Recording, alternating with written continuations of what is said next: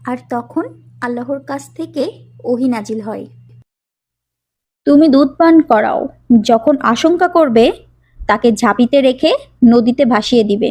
ভয় করো না, আমি তাকে তোমার কাছেই ফিরিয়ে দিব। মুসা আলাইহি ওয়াসাল্লামের মা সেটাই করল। তিনি একটি ঝাঁপি তৈরি করলেন আর সে ঝাঁপের ভেতর মুসা আলাইহি ওয়াসাল্লামকে রেখে দিলেন।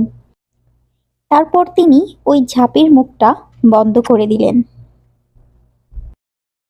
তার কষ্ট হলেও তিনি আল্লাহর উপর ভরসা করেছিলেন।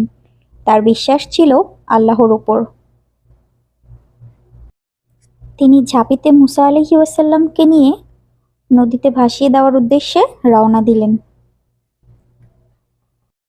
মুসা আলাইহি ওয়াসাল্লামের বোন সেটা দূর থেকে লক্ষ্য করছিলেন। হে আল্লাহ, আমি তাকে তোমার উপর ভরসা করে ছেড়ে দিচ্ছি, তুমি তাকে রক্ষা করো। এটা বলেই মুসা আলাইহি ওয়াসাল্লামের মা তাকে ভাসিয়ে দিল। মুসা আলাইহি ওয়াসাল্লামের বড় বোন তাকে ফলো করছিল, ঝাঁপিটি কোথায় যায় সেটা দেখার জন্য।